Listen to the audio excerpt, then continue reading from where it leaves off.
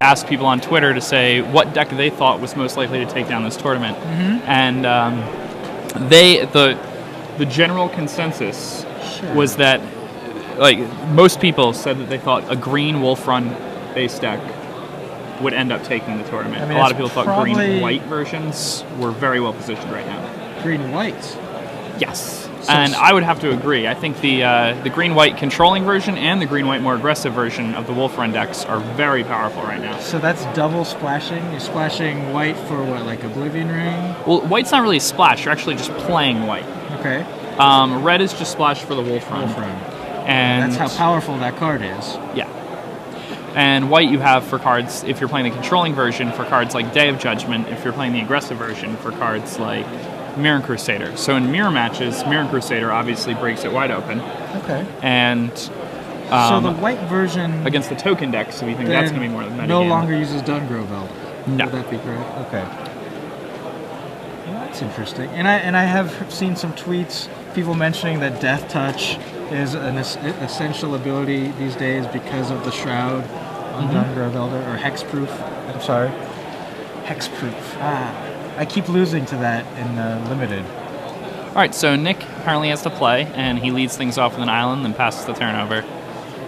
Both people playing at a very reasonable pace right now. Nick's going to start churning in a little bit of card advantage. Get a think twice out there. He thinks once. Yeah.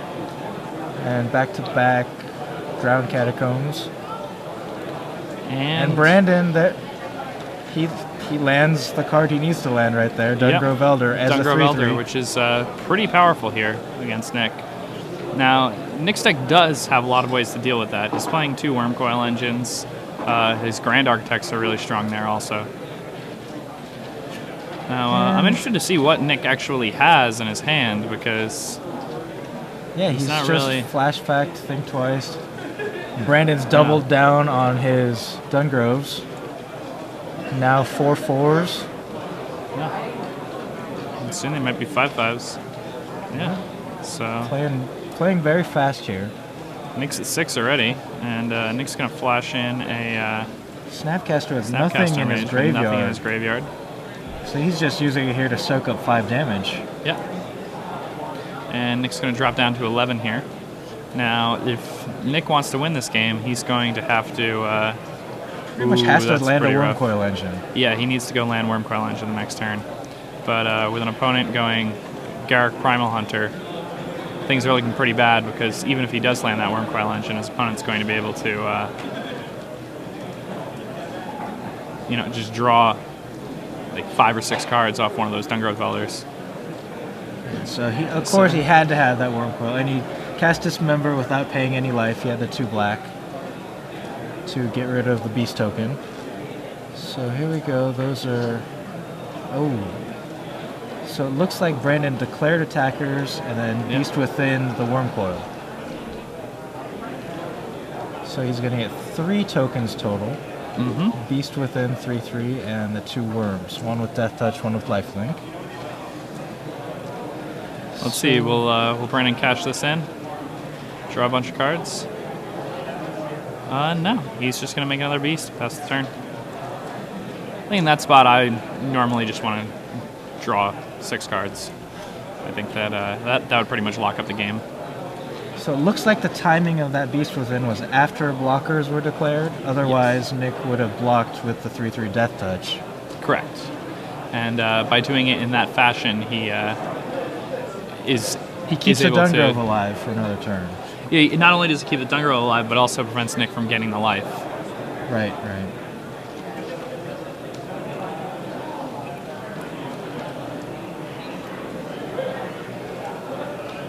And, yeah. Nicholas cast a Dismember there? Or... Yeah, he used Snapcaster Mage, targeting his Dismember, and used it to deal with those. Very, very fast here. We're trying to keep up. Yeah. And then he counterattacked to kill the Garruk, and now a Dungrove is traded with a Death Touch token. And he just used his... Buried Ruin to return the Wormcoil Engine back to his hand. And, okay, so that's not a Nick's bad sequence way back for into this game. Spagnolo. Yeah. He's going to gain 3 more life here. so he's stabilized And has a Wormcoil's back Wormcoil out. for defense. Now, Nick playing at this pace is actually helping him out quite a lot because Brandon made a pretty grave mistake by not using his Garrick Primal Hunter to sacrifice one of those Dungrove Elders. If he had drawn 6 cards in that spot, I would find it very hard to believe that Nick would have a chance of winning this game. Well, yeah, you don't have to sacrifice. It's just draw cards equal to the highest power you have. Well, you do have to sacrifice the creature, but... Is that for Primal Hunter? I thought I might be confusing my Garricks here. I know that Garrick, when he transforms, you sack a creature to search your library. Right. Well, the other one, you sacrifice a creature and you draw cards equal to its power. Which is one of the great interactions between Kessel and Wolfrun. A lot of the time you're able to just pump up a bird or something and then sacrifice and draw 7 cards. Alright, so Nick is able to resolve a Sword of War and Peace, and he's going to equip that to his beast, and he's going to get in there with a whole bunch of guys, which is pretty interesting considering his opponent has a Dungrove Elder, which is But he's expecting to gain some life here. Oh, yeah. Up to 9 life off of the Wormcoil and the previous token. Well, even and the Sword of War and Peace, well, it's not going to connect, so he's not going to gain life off that. But, yeah, he's going to go up to a comfortable 18. At some point there, Spagnolo picked up a poison counter, I guess, from an Inkmoth Nexus.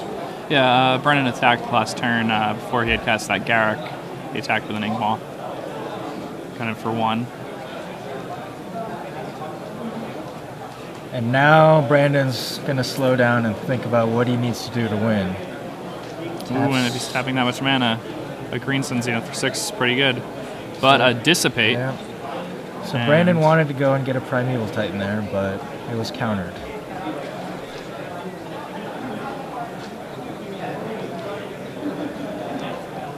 This game just turned around so quickly. Yeah.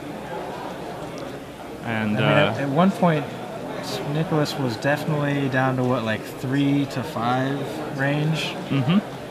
And Brandon had like double Dungrove Elder and a Garrick.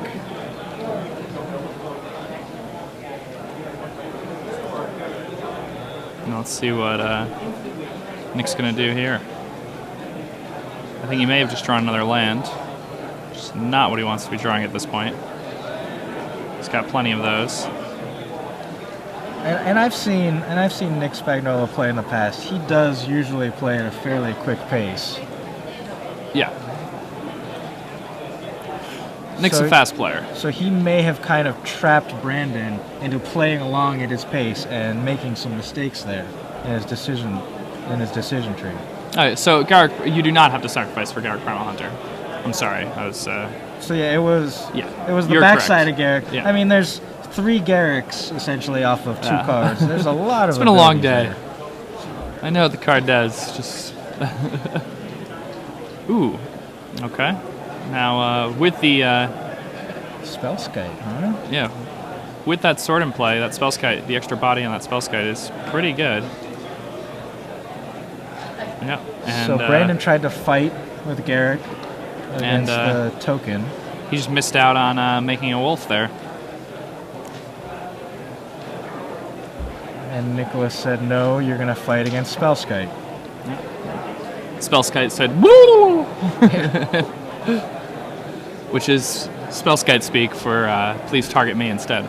Sure. You speak that language. All right. Let's see what Nick can find here. He's got ooh, that's a grip. So this is Forbidden Alchemy here. Yeah, and that's Spagnolo. That's going to be pretty huge because he'll get the flash it back also, and getting that much card manipulation and advantage, it's going to be really strong, especially when both people are kind of playing off the top of their decks. A very interesting card to see in a Grand Architect list. Forbidden Alchemy. He can put some spells in his graveyard for Snapcaster Mage, or he could put some artifacts in his graveyard to get back with Buried Ruin later on. So It's not the greatest synergy, but there you can get some extra value there, and he does have think twice. Yeah, so Nick gains a ton of life. So what is that? 8, 10 plus however many cards he had in his hand. For Brandon to climb back into this game, what is he gonna need? A primeval Titan off the top would be a really nice start. He only has a singleton acidic slime, which is very good against a Grand Architect deck, taking out artifacts. Unfortunately, right now Nick has the Spellskite in play, so yeah, that'll prevent any shenanigans from happening in that regard. He does have a singleton Batter Skull, which if he top decks and just equips to a Dungrove Elder, will keep him in this game life total wise. Yeah. Now Brennan also has multiple Garruk stranded in his hand. Yeah, he's got 4 Primal Hunters and 2 Garruk Relentless in his deck, and he's drawn a few too many of them here, and just can't keep up with that Wormcoil engine. Nick was able to really turn that one around. Brandon made a few key mistakes there. He missed creating a wolf on a key turn by fighting the creature when Nick had a Spellskite in play and plenty of blue mana to deal with it. He also made the mistake of not using his Primal Hunter's draw ability and instead using it to make a 3/3. And there were certain points in that early part of the game where he had the double Dungrove Elder. Maybe if he just slows down a little and thinks about his line, he thought he had an overwhelming advantage, but those Wormcoil engines with their lifelink just turned it around really quickly. Yeah, Nick ended up finishing the game at 34 at least. Yeah, and after that last attack, well above 40. Yeah. So now they're going to sideboarding. Nicholas Spagnolo. He's got some Perilous Mirrors, not very useful. Sword of War and Peace. Azure Mage. Singletons of Druidic Satchel, Mortar Pod, Spellskite, and Phyrexian Metamorph. And here's what's definitely coming in. 3 Flash Freezes. Yeah. Those are coming in for sure. And Phyrexian Metamorph is also probably coming in here. I also would not be surprised to see Perilous Mirror. It's you think Perilous Mirror? Yeah, I mean it's good at attacking Brandon's Planeswalkers. Okay. So just as a roadblock that can knock down Planeswalkers a little. Yeah, I think that if that's not the plan, then he's probably bringing in the Mortar Pod also. So. Okay, and then Brandon Smith he's got 2 Ancient Grudges in the sideboard. Yeah, and those are going to be really strong here. He also has access to a Viridian Corruptor, so now his Green Sun Zeniths can also act as artifact removal as early as the 4th turn, or as early as the 3rd turn if he has a Mana Accelerator. And again, a second Acidic Slime is also very good here. That's an interesting one. Stinger Fling Spider. Yeah, Stinger Fling Spider is a powerful spell. It's one of the only ways this deck has to deal with a card like Consecrated Sphinx. Right. And the fact that he has Green Sun Zenith means that he only has to play 1 copy of that in his sideboard, and he can get a lot of value from it. Because you never know what flying fatty is going to beat you when you're playing a green deck. I actually had a singleton Shivan Dragon in my sideboard at a Pro Tour because post-sideboard, the elf decks would sideboard out their removal that could kill it against our deck, and they didn't have anything that could fly, so we just cast a Shivan Dragon and just put all our red mana into it until they died. Shivan Dragon was really the best at the time, yes, it was. you could find. I mean, Magic has changed a lot since then. I mean, there was a period where Two-Headed Dragon dominated. Yeah, that card was insane. And then now what do we get, dragon-wise? What's a dragon that's seen play recently? Baneslayer Angel's kind of a dragon. That's not a dragon. You Huh. guys, you need to know your fantasy lore. I am a dragon. I don't know what you're talking about. Angels are not dragons. I'm going to say that definitively. That's my platform. Angels are not dragons. Does Ricky want to know my fantasy? Now, Flame Blast Dragon has been seen as a one-up from time to time. Ooh, I like that. That's certainly better than Shivan Dragon. What about that new one? Is that going to see any play? Is it Bale Fire or... I can't remember. I think its casting cost's a little prohibitive because it doesn't have a come into play ability. Yeah. Like nowadays, when you're casting a creature that costs 5 or more that doesn't do anything, the moment it comes into play, you're kind of in trouble. All right, so this time Brandon Smith has a Birds of Paradise on the play, which is pretty strong. He does not have a 3-drop or 4-drop, however, so no Dungrove. He must have a reactive hand. And a Kestic Wolfrun comes down. Nick's going to use the end of Brandon's turn to cast Forbidden Alchemy, and let's see what he finds. All right, another Forbidden Alchemy in the graveyard. Later on in the game, that's going to be very valuable for Nick. Nick was able to find his 4th land with that Forbidden Alchemy. Very important in this matchup. You think Brandon here has kept a hand with like a bunch of acidic slimes and or ancient grudges, maybe? I don't know. It's interesting that he's choosing to kind of play this weird draw-go game because a draw-go game seems like it greatly favors Nick. Yeah. I mean, like right here, if he had a Primeval Titan and didn't slam it down because he was afraid of a counterspell, he's kind of walking right into Nicholas's deck's strength. It's just to wait around.